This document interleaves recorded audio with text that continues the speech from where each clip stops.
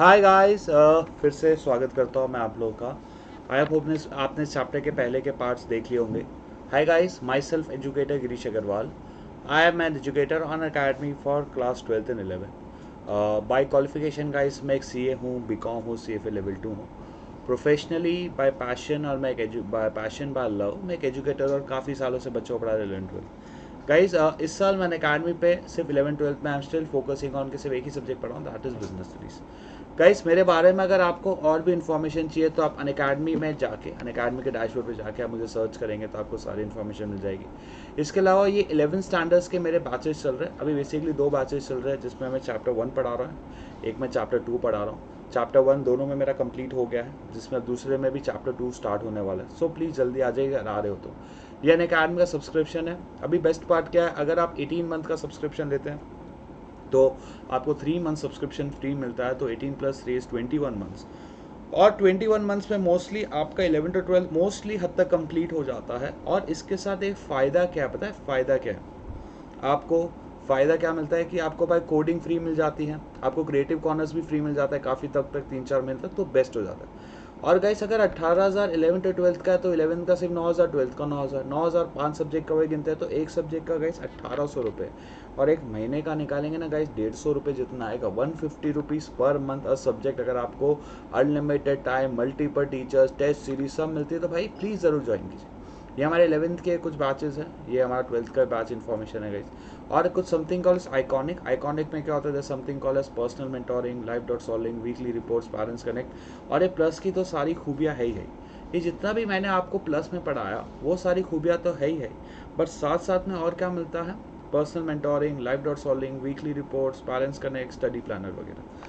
अब गाइस आगे बढ़ते हैं। अगर आप अनअकैडमी पे आ रहे हो, आपको कोई भी एप्लीकेशन कुछ भी यूज़ करना है, प्लीज़ यूज़ माई कोड। और अनअकैडमी पे गाइस मेरा कोड क्या है?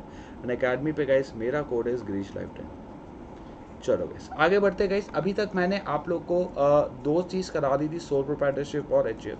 ऑल्दो मैंने आप लोग को पार्टनरशिप भी करा दिया था, पर मैं एक बार सोच रहा हूँ फिर से पार्टनरशिप यहाँ पे शुरू करते हैं ताकि एक ढंग से लगे, रिकॉर्डेड है तो बीच से नहीं शुरू करते हुए। मैं ऐसा सोच रहा हूँ कि क्यों ना मैं आपको पार्टनरशिप फिर से शुरू कराऊँ, क्यों ना पार्टनरशिप फिर से शुरू करते हैं। ठीक है, तो let's start with the partnership.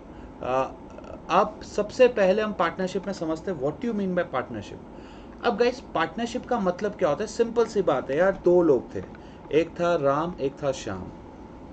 Generally एक बुक्स में ये एग्जांपल देखते हो, वैसे और भी एग्जांपल दे सकते हो, मोहन सोहन, टोनी मोनी। तो अब राम और श्याम थे। अब राम और श्याम मिलकर सोचते हैं कि सर हमें बिजनेस करना है मोबाइल फोन बनाने का। हमें क्या बिजनेस करना है sir? We want to do the business of mobile phone.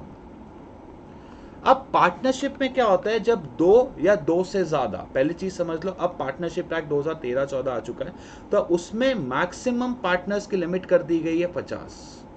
एक पार्टनरशिप में जो मैक्सिमम पार्टनर्स की लिमिट कर दी गई कि मैक्सिमम इतने ही पार्टनर्स हो सकते हो 50। अब पार्टनरशिप क्या कहता है? जब 2 या 2 से ज्यादा लोग, मैंने क्या बोला? जब 2 या 2 से ज्यादा लोग डिसाइड करते हैं बच्चा लोग, चलो अपन मिलके काम करेंगे, या तो दोनों मिलके काम करे या कोई एक काम करे बाकी सब के लिए। ऐसा जरूरी नहीं, चलो मैं तो 2 एग्जांपल लिए, सपोज पार्टनरशिप है, इसमें ए बी सी डी 4 लोग मिलकर पार्टनरशिप कर रहे हैं। 4 कौन है? ए, एक है बी, एक है सी, एक है डी। तो ऐसा भी हो सकता है कि चारों कर ले, जैसे ए बोलता है मैं प्रोडक्शन देख लूंगा, बी बोलता है मैं सेल्स देख लूंगा, सी बोलता है मैं मार्केटिंग देख लूंगा, डी बोलता है परचेज देख लूंगा। सब ने अपना अपना काम देख लिया।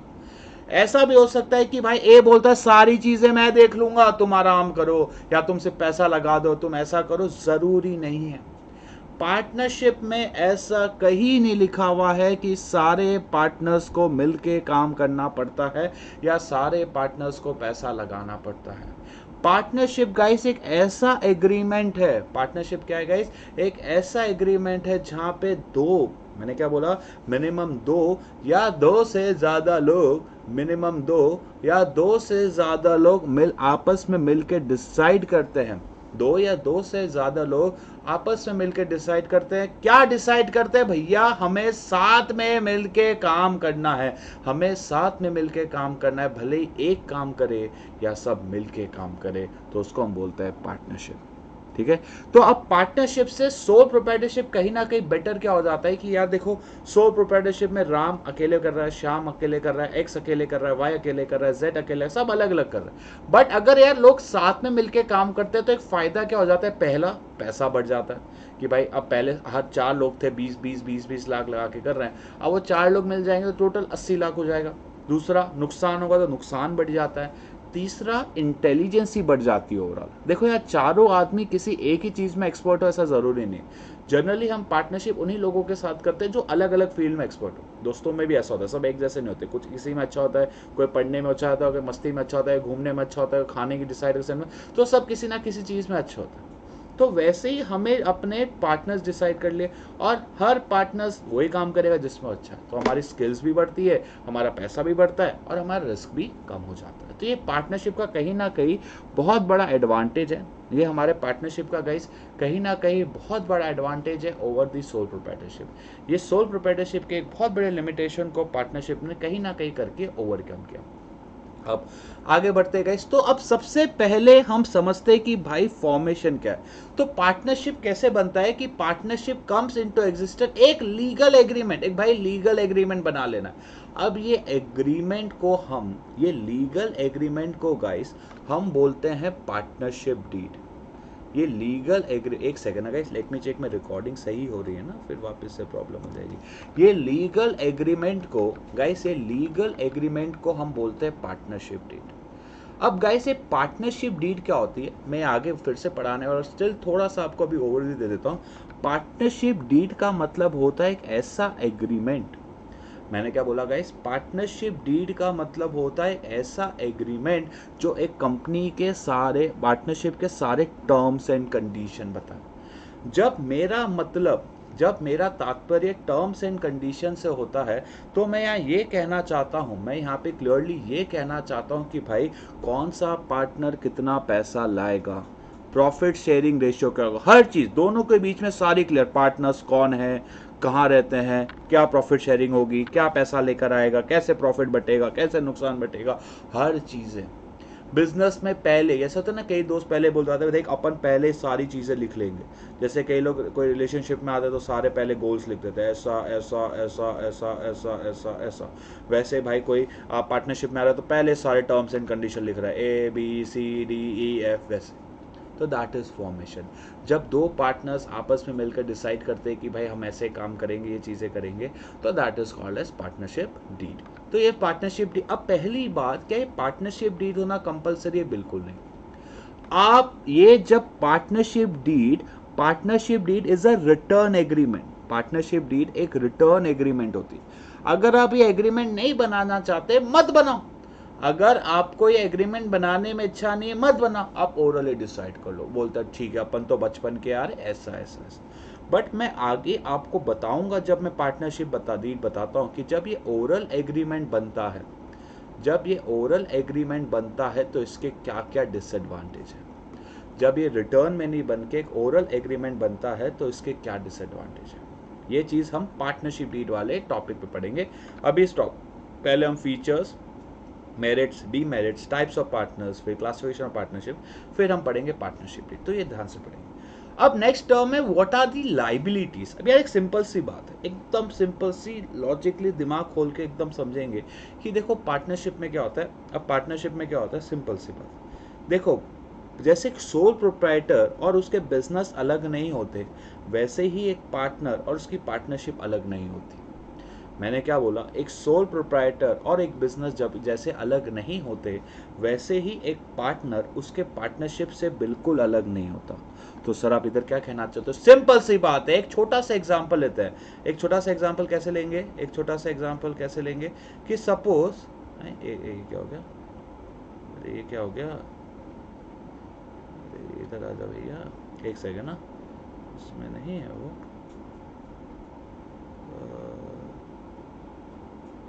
नहीं है गाइस, एक सेकेंड शांत दो।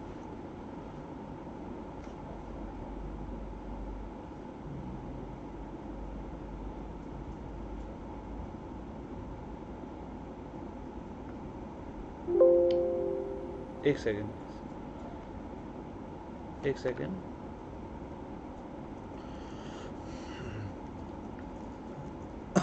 सॉरी गाइस, कंटिन्यू कर रहे हैं, एक second guys, sorry for the trouble.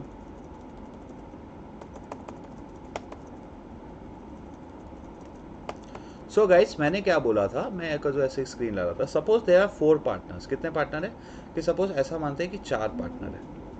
चारों पार्टनर मिलके क्या सोचते हैं कि सपोज एक्स, वाई, जेड और ए, चारों पार्टनर्स बिजनेस में पैसा लेकर आए, सपोज 25 लाख, 25 लाख, 25 लाख, 25 लाख।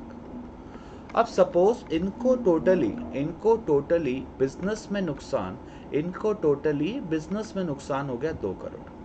तो ये चारों ऐसा नहीं कह सकते कि भाई मैंने 25 लाख ही लगाए थे, मैंने क्या टोटली 25 लाख ही लगाए थे, तो मैं उतना ही भरूंगा। नहीं, अगर आपकी लाइबिलिटी अनलिमिटेड होती है तो जितना भी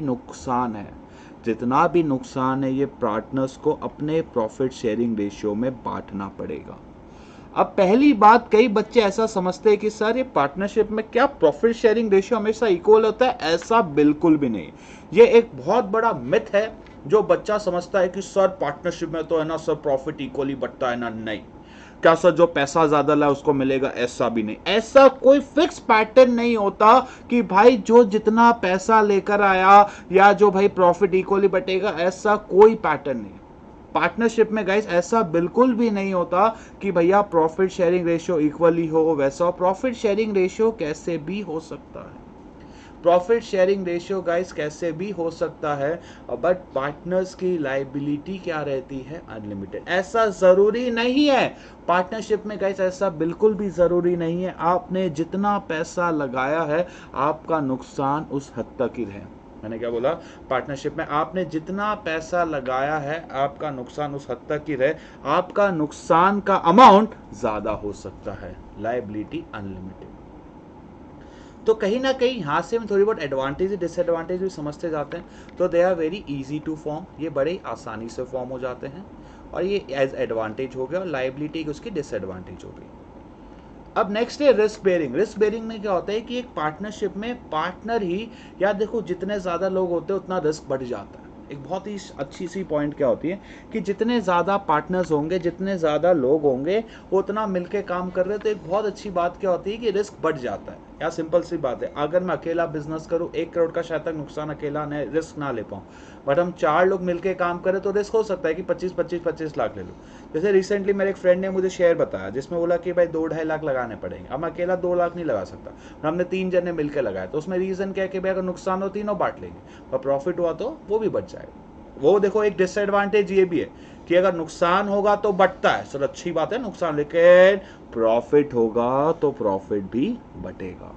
अब इसमें एक और जो आयरनी की बात क्या होती है कि सपोज कोई पार्टनर मेहनत कर रहा है, अब उसकी मेहनत के वजह से दूसरों को फायदा हो रहा है तो भी वो फायदा बटेगा।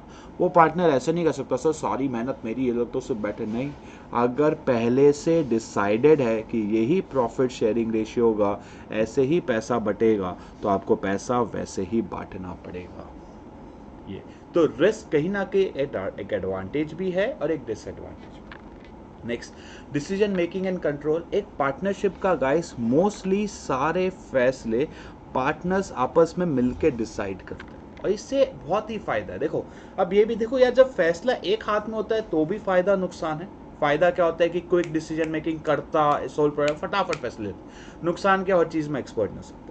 अब जब सब मिलके फैसले लेते तो उसमें भी फायदा क्या है कि भाई अच्छे से फैसले लिए जाएंगे, सोच समझ के लिए जाएंगे, हम साथ साथ वाली फीलिंग आती है। लेकिन कई बार लड़ाई हो जाती है, देख यार ये मेरी बात सुनता ही नहीं, इसने मेरा पॉइंट कंसिडर ही नहीं किया, तो हमेशा अपनी चलाता है, तो there can be even a chances of conflict. ये आपस में भी लड़ सकते हैं ना कि यार ये दुश्मन बोले मेरी सुनती नहीं, मेरी चलती नहीं। और दूसरा फायदा क्या हो सकता है कि भाई सब अपने अपने मिले, सब अपने अपने एरियाज पकड़ ले, सब अपने डिपार्टमेंट पकड़ ले, और सब उस डिपार्टमेंट के फैसले ले, क्योंकि आप एक डिपार्टमेंट में, आप डिपार्टमेंट जितना अच्छे चलाओगे उतना फायदा। तो ये भी बोथ और ये भी बोथ। अब नेक्स्ट है भैया कंटिन्यूटी। अब ये कंटिन्यूटी वाला पार्ट बहुत ही इंटरेस्टिंग है, और बच्चों इसमें थोड़ा बहुत ज़्यादा कंफ्यूज आ जाते हैं, पता नहीं क्यों, बट इस चीज़ को हम थोड़ा अभी ध्यान से और थोड़ा सा अच्छे से समझेंगे कई बच्चों का ये कहना है मुझे कि सर कंटिन्यूटी का मतलब क्या, सर कंटिन्यूटी का मतलब क्या होता है कि सर किसी भी पार्टनर को कुछ हो जाए, किसी भी पार्टनर की डेथ हो जाए, कुछ हो जाए, तो क्या 4 पार्टनर थे A B C D, अब D चल बसे, तो क्या ABC कंटिन्यू करेंगे? कर आप लोग सर करेंगे ना, 3 पार्टनर करो बिजनेस, क्या दिक्कत है? नहीं। देखो जब पार्टनरशिप डीड बना, पार्टनरशिप डीड का लॉजिक समझना, पार्टनरशिप डीड कैसे बताते हैं कि पार्टनरशिप कैसे चलेगी। देखो 4 पार्टनर होंगे, चारों का ऐसा प्रॉफिट शेयरिंग रेशियो होगा, चारों ऐसा पैसा लेंगे, तो वो डीड के हिसाब से हमें 4 लोग चाहिए थे, 4 लोग चाहिए थे, 4 पार्टनर्स होने चाहिए थे। वो चौथा चला गया, उसने छोड़ दिया, वो इंसॉल्वेंट हो गया, बैंकरप्ट हो गया, वो काम नहीं चलता, मेंटल इंस्टेबल, कुछ भी कारण वो अब काम नहीं कर सकता, वो बिजनेस में नहीं है, उसको तुम एक पार्टनर नहीं गिन सकते लॉ के हिसाब से, तो भैया वो पार्टनर नहीं रहा। अब जब वो पार्टनर नहीं रहा तो ऐसा नहीं कि बाकी 3 पार्टनरशिप टक टक टक टक टक टक कंटिन्यू, नहीं, पार्टनरशिप उधर ही खत्म हो जाती है। यस गाइस, हमारी पार्टनरशिप उधर ही खत्म हो जाती है, हमें एक नया एग्रीमेंट बनाना पड़ता है। हम सच बताओ तो पहले चारों पार्टनर्स मिलकर अपना हिसाब कर देते हैं कि भाई मेरा अब फर्म में इतना पैसा बचा, तेरा फर्म में इतना पैसा बचा, पार्टनर जो गया उसको इतना देना है, और अब एक नई पार्टनरशिप बनाते हैं जिसको हम बोलते हैं reconstitution of partnership.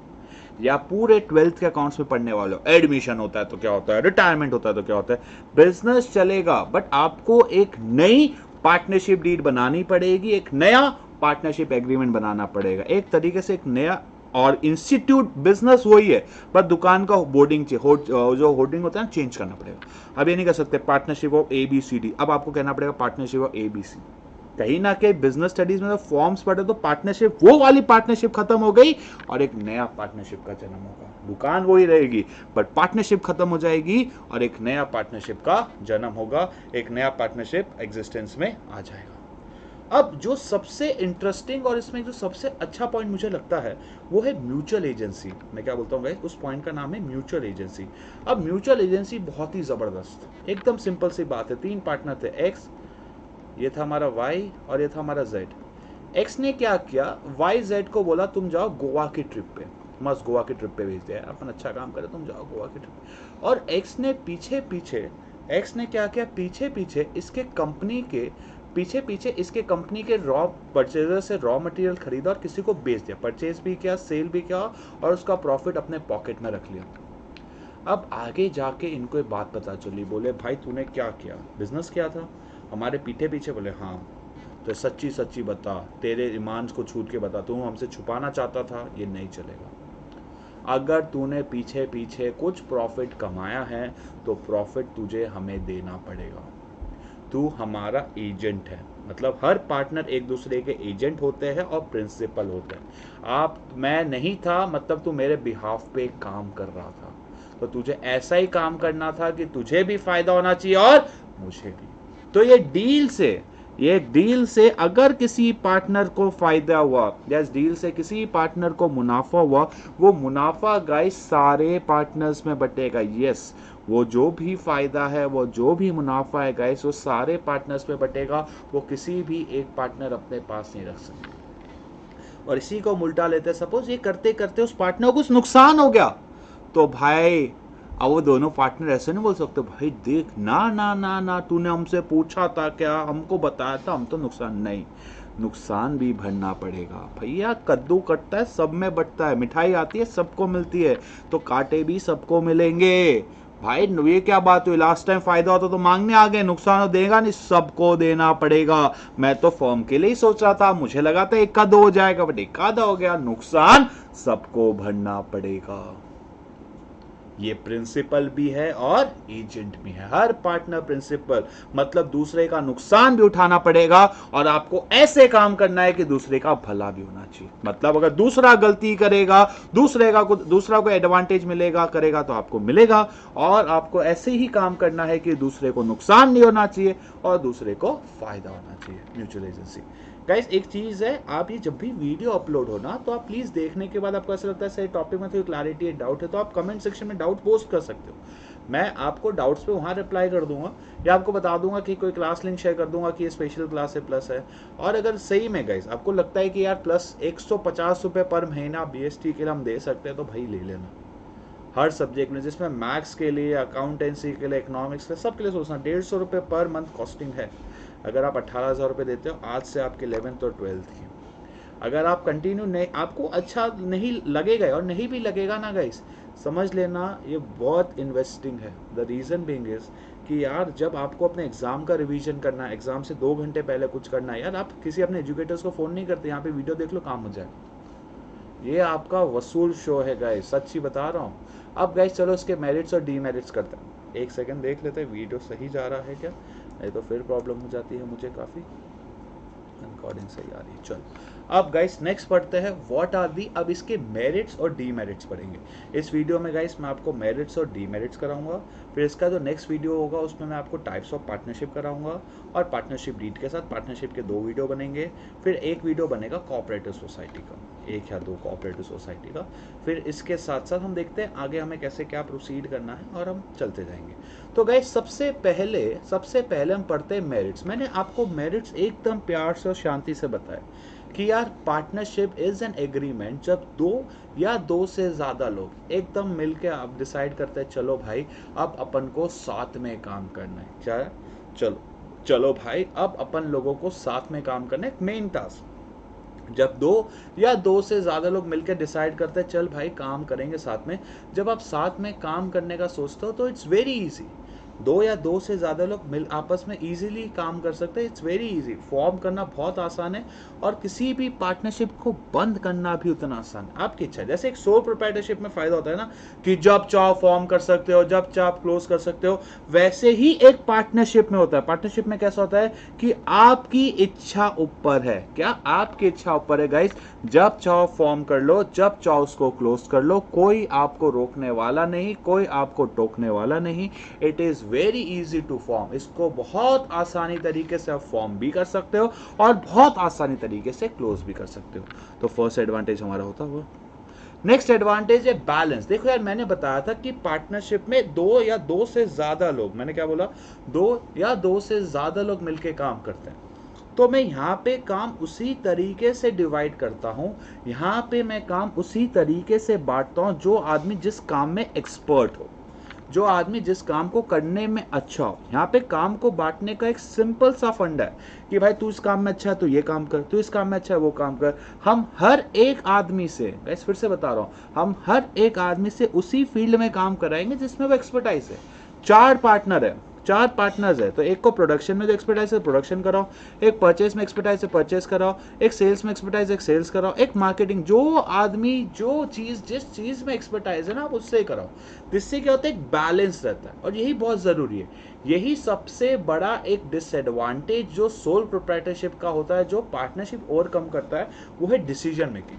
Decision making किस तरीके से, क्या बैलेंस हो जाता है। वहाँ एक अकेला आदमी अचीव करता, या सोल प्रोप्राइटरशिप में अकेला आदमी सारे फैसले लेता है, बट एक पार्टनरशिप में क्या हो जाता है गाइस, वो एक अकेला आदमी फैसले तो ले रहा है, फैसले तो मतलब फैसले एक अकेला आदमी नहीं लेगा, जो उसकी टीम होगी, जो पार्टनर्स होंगे, वो पार्टनर्स के बीच में सारे फैसले लेने के पावर्स बढ़ जाएंगे।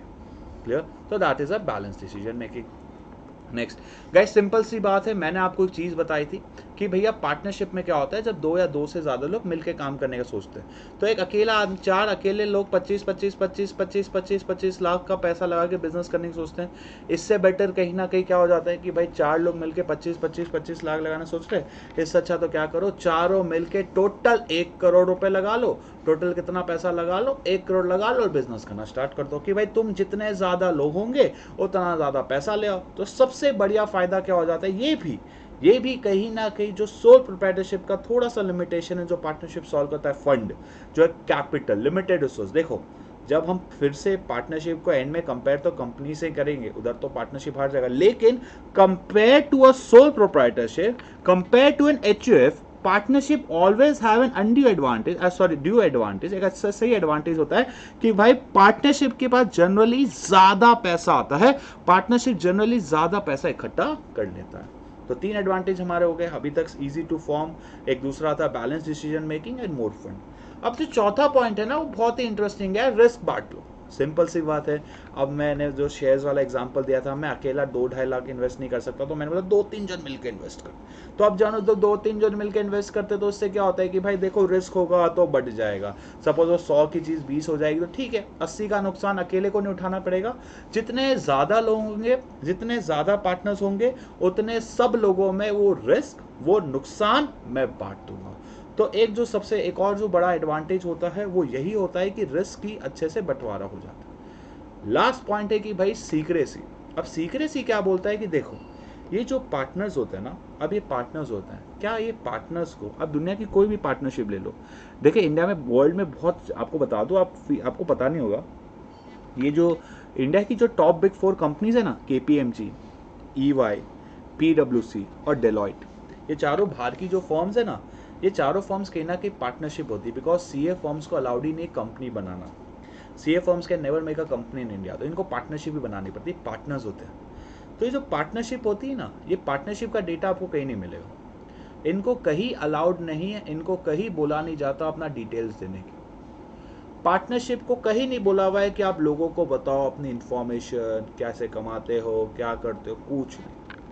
कोई भी पार्टनरशिप को अपनी डिटेल्स, इंफॉर्मेशन देना जरूरी नहीं। जब मैं सीक्रेसी वर्ड का मतलब समझता हूँ, ऐसा नहीं कि आप कुछ लोगों तो अपने तक ही नहीं, यहाँ पे बिजनेस स्टडीज में सीक्रेसी वर्ड का मतलब क्या होता है कि आप जो भी इंफॉर्मेशन, आपका profit and loss, sales, balance sheet, आपके क्या काम होता है, किससे करते हो, वो किसी को बताने की जरूरत नहीं। अब गैस, अगर ये किसी को बताने की जरूरत नहीं होती ना, तो एडवांटेज भी, बट डिसएडवांटेज क्या, सपोज आपको किसी को, नए आदमी को पार्टनर बनाना है, वो बोलेगा तुम्हारे बताओ, तो तुम्हारे बारे में मार्केट से कोई इन्फॉर्मेशन नहीं मिलने वाली।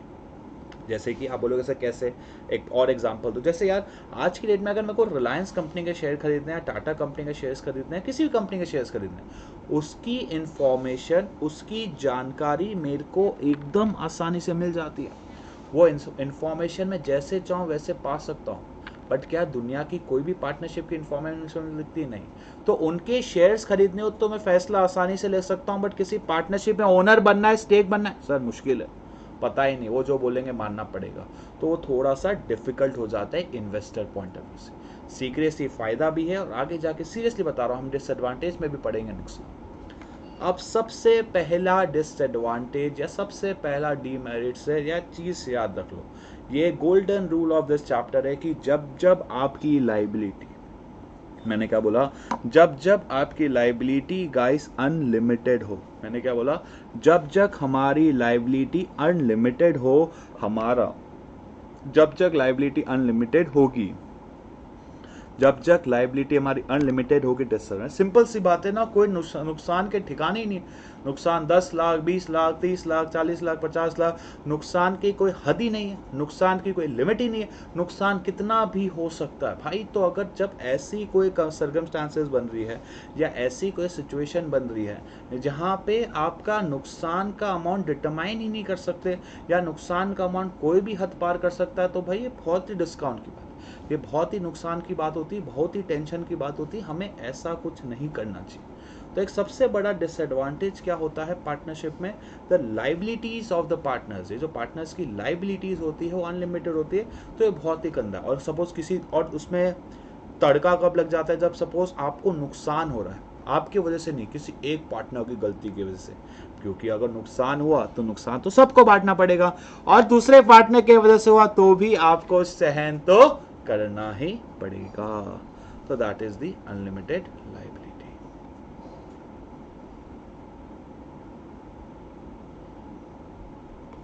नेक्स्ट है गाइस, नेक्स्ट पॉइंट है इसमें लिमिटेड रिसोर्स। जब गाइस मैं लिमिटेड रिसोर्सेज की बात करता हूँ, तो सबसे बड़ा इसमें जो पंगा है यार, जब हमें करना है, सिंपल सी बात, हमें एक कंपनी को या हमें एक पार्टनरशिप को, हमने कंपेयर किया सोल प्रोप्राइटरशिप से, सोल प्रोप्राइटरशिप से कंपेरेटिवली, सोल प्रोप्राइटरशिप से कंपेरेटिवली एक पार्टनरशिप के पास हमने देखा, हमने क्या देखा, एक सोल प्रोप्राइटरशिप से कंपेरेटिवली पार्टनरशिप के पास ज़्यादा फंड होता है। बट मैं जब भी आपको फंड की बात करता हूँ, आपको इसको कंपेयर करना है सीधा कंपनी से। क्या दुनिया में ऐसी कोई भी कंपनी है जिसके सामने पार्टनरशिप टिक सकता है? नहीं। अब वो EY वो अलग 4 एक्सेप्शनल है, बट उसके अलावा जो नॉर्मल पार्टनरशिप होती है वो कभी भी बड़ी बड़ी कंपनी का जितना पैसा अरेंज नहीं कर सकती। ये कभी भी एक हद तक ही पैसा ला सकते हो ना आप 4 जन पर। एक कंपनी के हज़ारों लाखों शेयर होल्डर्स होते हैं, उतना जितना पैसा ला सकते हो नहीं। तो एक चीज़ समझ लेना, हर फॉर्म ऑफ बिजनेस में एक पॉइंट तो रहेगा ही, वो है लिमिटेड रिसोर्स। क्योंकि सबसे ज़्यादा, फिर से बता रहा हूँ, जो सबसे ज़्यादा पैसों की व्यवस्था हो सकती है, जो सबसे ज़्यादा फाइनेंस की व्यवस्था कर सकता है, वो है हमारी एक लौती कंपनी। लो क्या गैस, वो क्या है, हमारी एक लौती कंपनी। अब आगे बढ़ते गाइस। अब गाइस सिंपल सी बात है, ये चीज़ें मैंने आपको बताई थी, जो 3 पॉइंट है पॉसिबल और कॉम्प्लेक्स, क्योंकि 2 या 2 से ज़्यादा लोग होते हैं तो एक फैसला, एक जो फ़ायदा क्या होता है कि बैलेंस डिसीजन मेकिंग होता है। पर डिसएडवांटेज भी क्या है भाई, 2 या 2 से ज़्यादा लोग हैं तो आपस में दुश्मन आपस में लड़ाई भी ज़्यादा होगी। तो देयर विल ऑलवेज एक प्रोबेबिलिटी, एक ऑलवेज चांस है कि there is a possibility of conflict और ये आपस में लड़ सकते हैं। नेक्स्ट है लैक ऑफ कंटिन्यूटी। मैंने आपको ये बताया कि भैया अगर 4 पार्टनर थे, 4 में से अभी 3 ने सोच लिया, 2-3 सोचते हैं कंटिन्यू, एक बोलता है डिसकंटिन्यू, तो भैया पार्टनर बिजनेस कंटिन्यू कर सकते हो, बिजनेस कंटिन्यू नहीं रहेगा। आप बिजनेस तभी कंटिन्यू कर सकते हो जब आप उस पार्टनरशिप का हिसाब कर दो और आपको एक साथ एक नई पार्टनरशिप बनानी पड़ेगी। पार्टनरशिप में कई लोग बोलते हैं सर कंटिन्यूटी होती है, पर याद रखना एक डीड खत्म होगी और एक नई गाड़ी, मतलब जो ट्रेन चल रही थी वो ट्रेन का एक डब्बा निकल गया तो ट्रेन चेंज करो, अब दूसरी ट्रेन बनाओ, फिर से चलना शुरू करो। तो partnership lacks the lack of continuity. और लास्ट पार्ट है कि सिंपल सी बात मैंने आपको बताया था, सीक्रेसी से आपका इंफॉर्मेशन आपके पास रहता है एडवांटेज, उसका डिसएडवांटेज क्या है, उसका एक लौता या उसका एक जो मेजर डिसएडवांटेज है, डिसएडवांटेज ये है कि भाई लोगों को पता ही नहीं है। मैंने क्या बोला, लोगों को आपकी कंपनी के बारे में पता ही नहीं है, तो लोग बड़े ही रिलेक्ट करेंगे, लोग बड़े ही डरेंगे आपकी कंपनी में पैसा लगाने से, क्योंकि आप एक कंपनी नहीं हो। कंपनी का इंफॉर्मेशन मार्केट में बहुत ही इजीली, बहुत ही आसानी तरीके से अवेलेबल होता है, बट आप एक पार्टनरशिप हो। आप क्या हो गाइस, आप एक तरीके की पार्टनरशिप हो, तो आपका इंफॉर्मेशन, आपका नॉलेज मार्केट में मिलना काफ़ी ज़्यादा डिफ़िकल्ट हो जाता है, काफ़ी दिक्कत में हो जाता है। तो एक ये और प्रॉब्लम होता है कि इंफॉर्मेशन ईजिली मिलना, तो that is lack of public confidence. तो गाइस इसी के साथ मेरा फर्स्ट वीडियो कंप्लीट होता है पार्टनरशिप पे। मैंने यहाँ पे आपको 3 चीज़ें पढ़ाई, फीचर्स, मेरिट्स एंड डीमेरिट्स। अब इसके बाद जो सेकंड वीडियो आएगा प्लीज़ फ्लो में देखिएगा, जब मैं आपको टाइप्स ऑफ पार्टनर्स कराऊंगा, क्लासिफिकेशन कराऊंगा, पार्टनरशिप डीड कराऊंगा। ठीक है, इसमें हम आराम से चर्चा करेंगे। फिर हम इसके मेरिट्स और डीमेरिट्स को कोऑपरेटिव सोसाइटी पे रहेगा, इसके टाइप्स पे रहेगा, फिर हम जॉइंट स्टॉक कंपनी पे करेंगे। इसी के साथ आपके सारे वीडियोस रहेंगे। तो गाइस आज के लिए इतना ही रखते हैं। अगर वीडियो अच्छा लगा तो वीडियो को लाइक कीजिएगा, चैनल को सब्सक्राइब कीजिएगा, मुझे बिलो टेलीग्राम पे भी फॉलो कर सकते हो।